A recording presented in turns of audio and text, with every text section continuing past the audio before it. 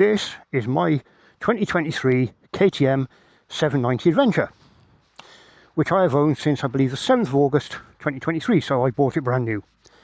It's one of the first bikes built in what was then the new Chinese factory the KTM had started with CF Moto. Okay, so KTM. If you read the forums, or rather the internet comments and the videos, absolute pile of crap. Won't last 5 minutes, unreliable, breaks down all the time. KTM stands to keep taking money, spend more of its time in the garage than ever will on the road. The usual. Oh, and of course the camshafts are made of chocolate, apparently, or cheese, giving you a preference. And the fact this was built in China means it's made of Chinesium, so it's an absolute piece of crap.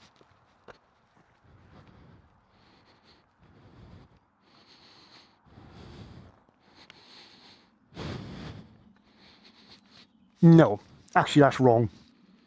It's not a piece of crap. Here's my experience of owning this bike for 3 years, the honest truth. Because as I said, when I first bought this bike, I was going to tell you everything that happened, the good, the bad, the ugly, warts and all, the truth about owning a KTM. Because I'd never owned one before, I'm not a KTM fanboy. Let's hear the real truth of my experience with this bike. Doesn't mean I'm right and everybody else is wrong. This is my own personal experience, others may have found different. Follow this video and I'll explain exactly what it's all about. Okay, so 3 years of owning my Chinese KTM. What's it really been like? Well, loads of videos on my channel all about it and the issues I've had and issues I haven't had. Let's start off with just the ride. What they like to ride. Not too bad at all. Parallel twin. A little bit of vibration as you'd expect, nothing untoward. The riding position, as you'd expect, being an adventure bike, is very upright. Bars are nice and wide, controls are easily to hand, which makes life very, very easy. Now, I've got to figure out which way I can go here, because there's a particular road I want to take. I'm not sure if I can. Let's head straight on and see what happens. I'm hoping to go to Devorden via the next roundabout. Yeah, anyway, riding position, very upright, wide bars. Your foot pegs, well, my heels are basically in line with my thighs, if you like.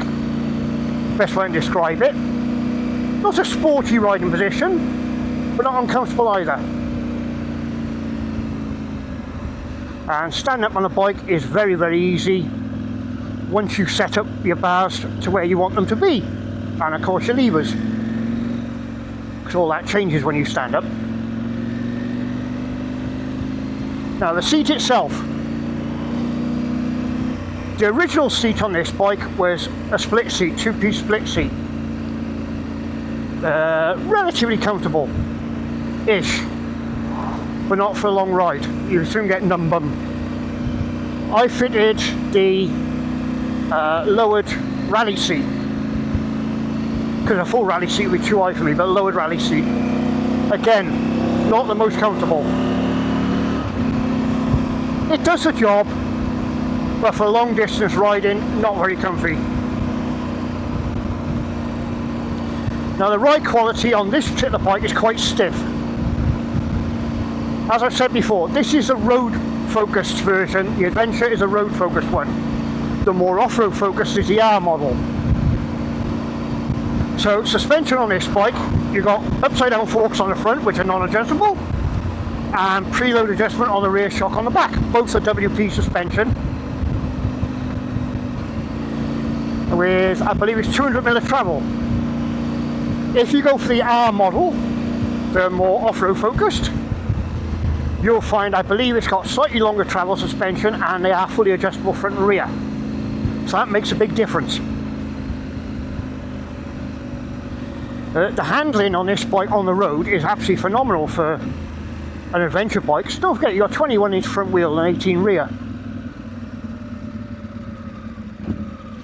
Off-road is pretty good, but it is a bit too stiff. So you do tend to bounce over things rather than roll. stopped, stood still, I'm on tiptoe. I have a 30-inch inside leg. I'll try and insert a bit of footage of me sat on the bike here. Let's say I have a 30-inch inside leg. I'm on tiptoe on this bike. As I said before, the R is a taller machine, taller seat height, so I would struggle even more, which is why I bought this one. Weather protection when you're riding, not bad at all. You got the plastic handguards. They are stock originals. I haven't felt the need to replace them. You've got a fair bit of bodywork, which keeps most of the rain off. And of course the screen. Now I have fitted the R screen, which is shorter, with a little extension piece. I did originally have the normal tall screen on here with the extension piece, but I find that looking through it rather than over it, which I don't particularly like. Especially in the wet, when it's covered in rain, you're going up and down hills, you tend to be looking through the screen, which I just couldn't get on with. The weather protection is pretty good. Road rides, not bad at all. Even up to motorway speeds, you get a good bit of wind protection. Excuse me. Obviously the quality of my ride is slightly different because I run novelty tyres. With the original Pirelli, I think they're STR rally tyres, the ride quality is a lot smoother. Obviously, not so lumpy a tyre. As I touched on earlier, handling on these bikes is absolutely phenomenal for the wheel setup. I would say it handles not far off as well as most 17-inch wheeled bikes,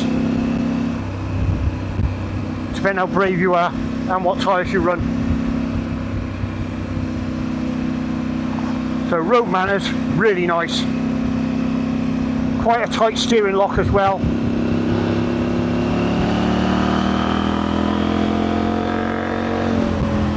Pickup on the throttle is fantastic. You get 3 modes on this bike because I didn't spec any others. Street, rain and off-road. I use street and off-road, never use rain. If you pay for the tech packs, you can have a rally mode as well. In hindsight, I wish I had. I'll go into that a bit later. We're in street mode. The throttle response is nice and accurate and crisp. Now is this the turn-in I wanted? No, look-see. No. Right, I want to go to a specific place to do some filming. Yeah, throttle response is nice and crisp. Brakes are fine. They're not Brembos or anything. They work perfectly well. That's the one I wanted. Right, got to turn around somewhere. Brakes are good. Gear change is positive. Got no complaints whatsoever about the road ride on this bike. This'll do. This'll do me to do a U-turn.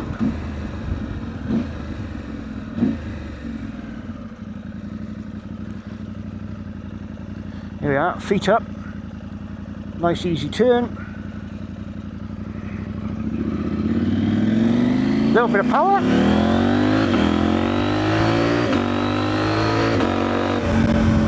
Yeah, barely using half throttle and we were up to national speed limits in no time at all. Road ride, spot on for an adventure bike. It's maybe a bit too busy for what I want. We shall see. Come on. Off-road, if you can call this off-road, not too bad. Let's say it's very stiff suspension, so it tends to bounce rather than roll over things, unfortunately. Now, Laura will feel this will be far too busy for me to go filming. Bugger. Yep. Too busy. Let's go and find somewhere else.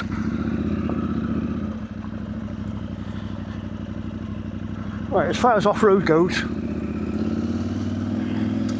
if you lower your tyre pressures, then it tends to roll over the bumps a lot better. Like I say, standing up's great. The width of the seat and the tank is quite narrow, so you've got good control over the bike.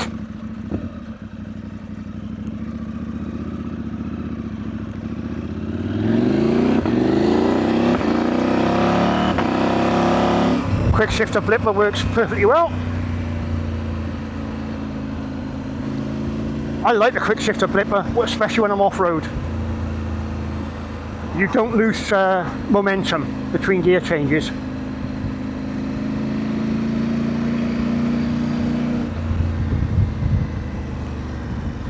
So I'm looking for somewhere to film a walk around on the bike, but it's a bit too busy up here.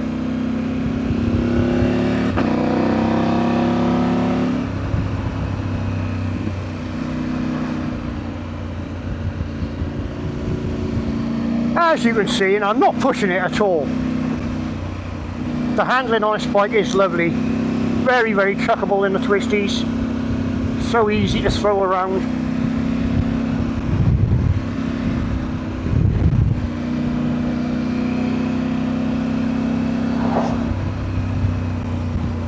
If it's your only bike, I think it'll be fine.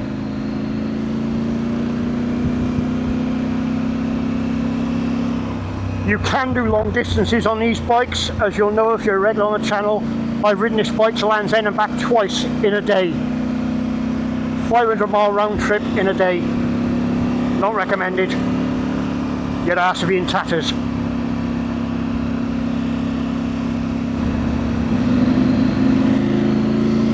So, issues. Have we had any issues with the bike? Well, of course we have. It's a KTM, what do you expect? Nowhere near as many as a lot of people would think. So what has happened? First problem I had was a small oil leak. I thought it was rocker cover. Turned out it wasn't. It was the oil filler cap on the side of the motor. Excuse me. There's a little rubber O-ring seal on it, and that had somehow got distorted. The cap had been over tightened or something, and it caused damage, which then caused a leak. This was replaced under warranty, of course. You know, 50p oil seal, no major dramas. What else have we had? Trying to think. The only other issue I had was the gear position indicator, the sensor, which affects the quick shifter blipper. That packed up. But it started playing up, so sent the bike in, the fitters had a look, reprogrammed it or whatever you have to do, did a software update and everything was fine for about a week. Then it went wrong again. Sent the bike back in, KTM being KTM said no, do all the checks again, even though the technicians are saying we know what it is. They say no, do all the checks again, which they did. They agreed, faulty sensor, which what me and the technicians were saying, and agreed for a replacement. Unfortunately, this occurred over the Christmas period. It was also the same time that KTM were going through major financial issues, and the shop I was using, M&P's, was also having issues. So overall, it took about 3 months to get that repaired. Yeah, as you can imagine, I was well pissed about that. Well over 3 months to replace a sensor. Not happy. Hey ho, problem solved now. The other issue I've had with this bike, these bikes are fitted with tubeless spoked rims. Great, till they go wrong. Front tyre started leaking after about 6 months. Not something that KTM will cover under warranty, which I think is wrong. There we go. Oh, hang on. Can I get in there and film? Not really.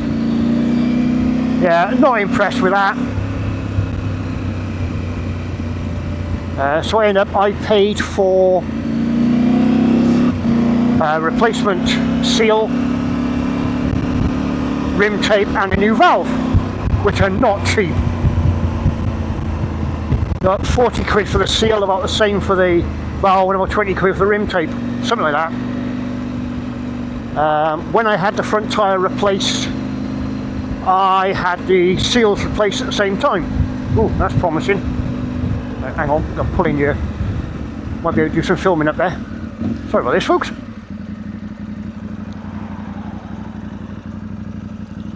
Yeah, I had the seals and everything replaced when I had the front tyre replaced. Absolutely brilliant, no more leaks for a few months.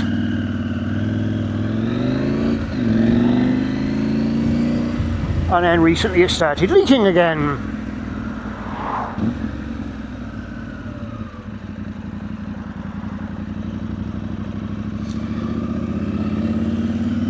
Which I was, as you can imagine, not impressed with.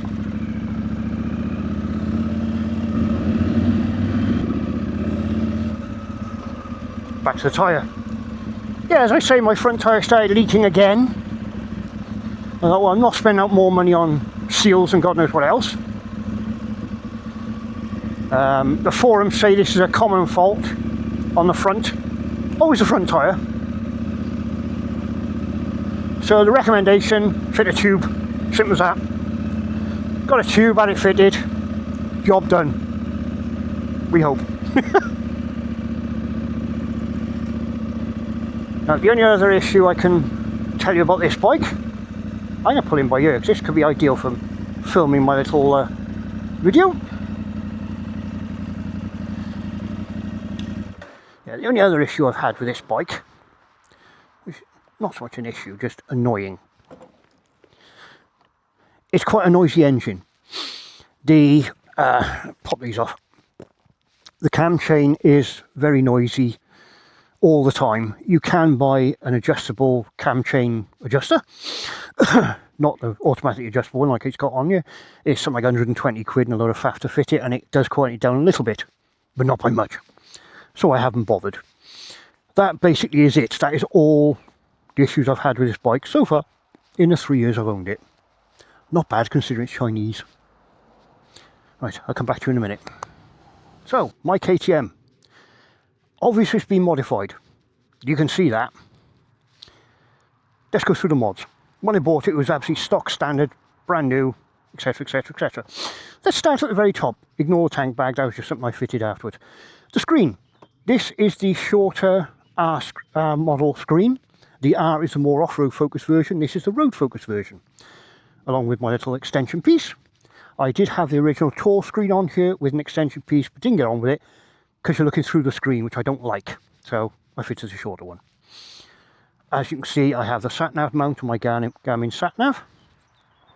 Other modifications up here, shorty brake lever and clutch lever. These come with an adjustable bar that goes into the master cylinder. If you adjust it wrong, when your brakes warm up, they will lock on, so be very careful with that. I like them because they're much easier for off-road. And the fact I carry the original levers with me, so if I do drop it and break a lever, at least I can get home. Other mods on the front end. Up under there, you may not see it, is a radiator guard. Makes sense to have one anyway. Tyres. These tyres I run are Capra, Anlas Capra X tyres. As mentioned in the video, this is now tubed, not tubeless, because these are tubeless spoke rims, but I had issues with that, so that's now got a tube in. And we got a brand new tyre on the back. Nice and knobbly. You'll notice the seat is slightly different. This is the one-piece lowered rally seat. The stock rally seat is up here somewhere. It's too tall for me, so I got a lowered one. The original setup was 2 seats, split seat setup. I prefer this, so when you stood up off-road and you lean back to go downhill, your bum's not bouncing off the back seat. My choice. Also, while we're here, I fitted slightly wider foot pegs with more grip, partly because I crashed the bike up at Clarewen. I'm going to show you some footage of that. Yeah, I damaged my foot peg, so I had to replace them anyway. Excuse me. These are AliExpress specials. I bolted them on. Mrs. Grump said, "They're any good?" So I battered the hell out of them with a rubber mallet and they didn't break. So I thought, well, they're not bad. And they've been on here since. You'll notice this is a rear brake master cylinder protection guard, made of metal, and a reservoir guard, also made of metal. Down here is an ABS sensor protector as well, which I fitted. The exhaust is obviously modified. Normally you'd have a massive great catalytic converter in the hole there. It's very, very heavy and it gets extremely hot. So I took it out, put a decap pipe in. Word of advice, if you buy a decap pipe, buy a good quality one. Don't go for a generic eBay one like I did to save a few quid. They're not as good a fit. Get a decent one, spend the extra 10-15 quid, I wish I had. Black Widow aftermarket silencer, stainless steel with a link pipe, with the baffle in, albeit modified. It's just too loud without the baffle in. It's too brappy on the overrun. It pops and bangs like a good one and it sounds bloody awful, so I leave the baffle in. That's right, just a bit of muck on my tyre. You also notice on the back here, it's missing the passenger grab rails and a small rack that comes with it. I took them off and fitted this little bag because I prefer it. I don't carry pillions, hence why the foot pegs are missing. I fit this little bag just carrying my first aid kit and stuff, and where the foot pegs would mount are little tie down brackets for luggage, should you want to use them. Camera mount. You also notice we have swing arm bobbins, standard. Down on this side we have an open front sprocket cover. The reason I do that, it's easier to keep an eye on your front sprocket for wear, and it's much easier to clean, especially when you go off-road. That tends not to fill up with mud so much, and even if it does, it's easy to clean. Gear position sensor protector plate, just in case. My opinion, worth having. Piece of advice while you're here.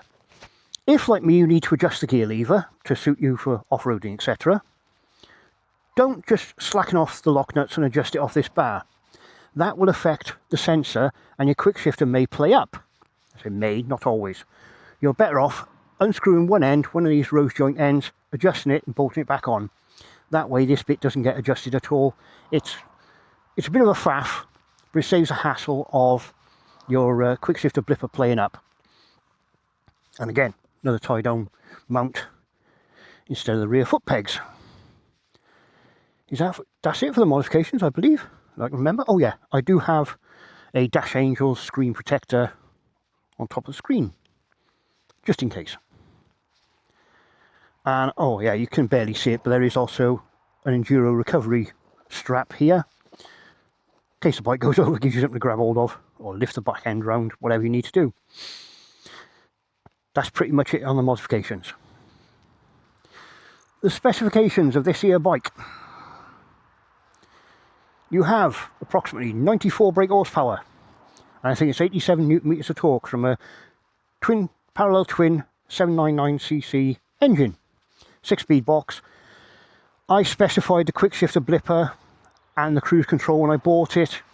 In hindsight, I should have bought one of the tech packs.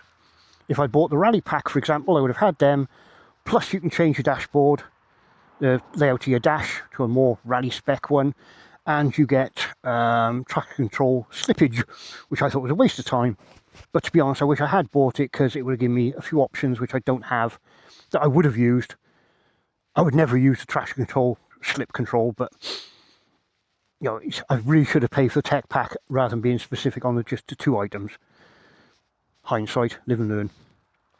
Right, suspension, as I mentioned before, WP Apex suspension. Upside down forks on the front with no adjustment. The rear monoshock, again WP, preload adjustment only. If you buy the R model, the more off-road focused model, you get fully adjustable suspension front and rear. It's 200mm travel on this bike. I believe you get more on the R model. Weight of the bike apparently is 199 kilos dry, and it's a 20-litre fuel tank, so you can say roughly 220 kilos, fully fueled up, oil, everything. Doesn't feel it though. This bike weighs about the same as my Interceptor, and this one is so much easier to manoeuvre around. I don't feel that it's 200 kilos, it feels more like 180 sort of thing. And when you're moving, there's no weight to it whatsoever. It's bloody great. Brakes on the front, don't know the size of the discs, you want to find this out, go to Google it yourself. You've got 4-pot calipers on the front, twin discs, twin pot caliper on the rear, single disc. Nice and easy, works well, does the job, don't need Brembos quite frankly. You get a stock aluminium bash plate. A lot of people, oh, you want to get rid of that, put a proper decent heavy duty one on. No, I don't, because I don't do that extreme off-roading. And when I did crash, that's all it did, it bent it slightly. Oh yeah, my foot peg. No other damage other than scratches to the bike. And if you've seen the crash footage, you know I hit the wall pretty hard. Oh, I missed something on my walk around saying modifications. I fitted that foot plate extender, or side stand footprint extender, so when you park on loose surfaces, it stands up better. Seat height apparently is 820, I think it is, to 840 mil if I remember correctly. Double check it yourself. Mirrors are stock, work perfectly well. Nothing wrong with them.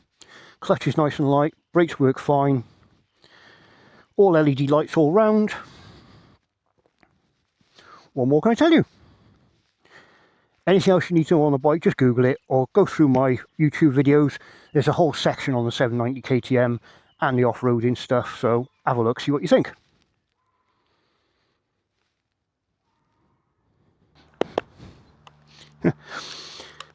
I pulled in this little access road, I think it's a public road, so I could do some off-bike filming with a tripod. Sod law, a car come along. I did move the camera and apologise profusely, but she seemed fine, the lady, so I don't think I've upset anybody. So, let's get back on the road.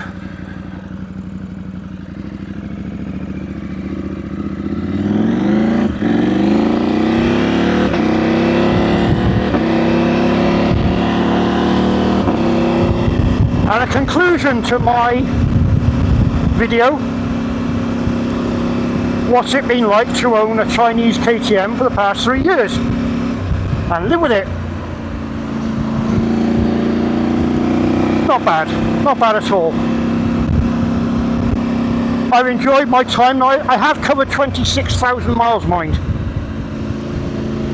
You know, it's not like this thing sat in a garage all the time. 26,000 miles in 3 years, that's a fair bit. 2 trips to Land's End, lots of off-roading, 1 crash, a few minor issues. Any regrets? 1. I didn't buy a tech pack.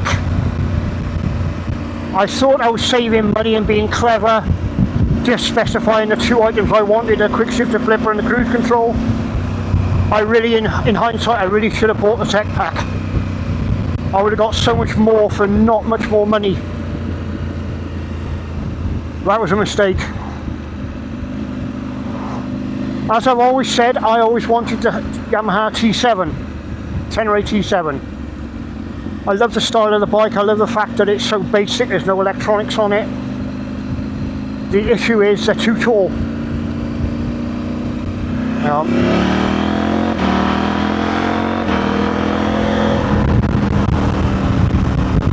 Can't be crawling down here.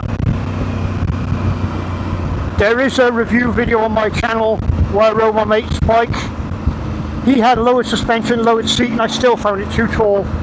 And the balance I found quite narrow. I didn't get on with it, which was really disappointing because it's a bike I really wanted. Unfortunately, it didn't suit my purposes. Hey ho. As I said, the 890R or 790R is more off-road focused. You get longer travel suspension, more adjustment, but you also get much higher taller seat height, which is why I went for this model, the more road focused.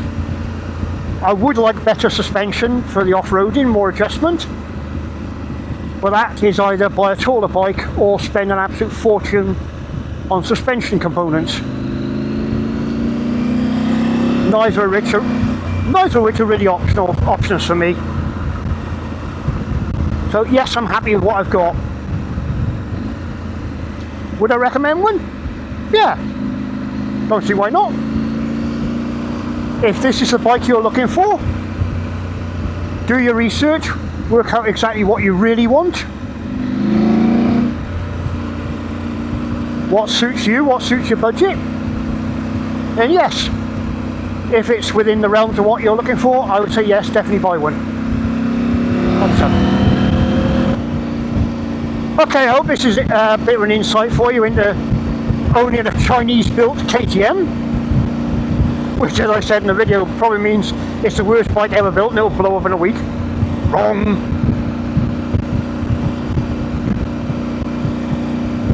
Sorry it's gone on a bit long. As usual, folks, I will ask you to like, share, subscribe, do all that stuff. It really does help me build the channel. I'm growing slowly. I'm getting closer to 1,000 subs, which is my goal. Just say I've done it. No other reason. Right, we're getting there. We're getting there. Thank you so much for watching.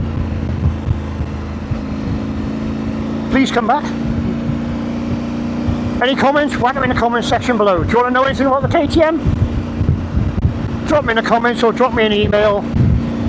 grumps243@gmail.com. Right, I'll catch you on the next video. Whatever you're doing, please be safe, ride safe and have fun. And of course, the Satry. Toodles! Right. Coffee or ice cream or both?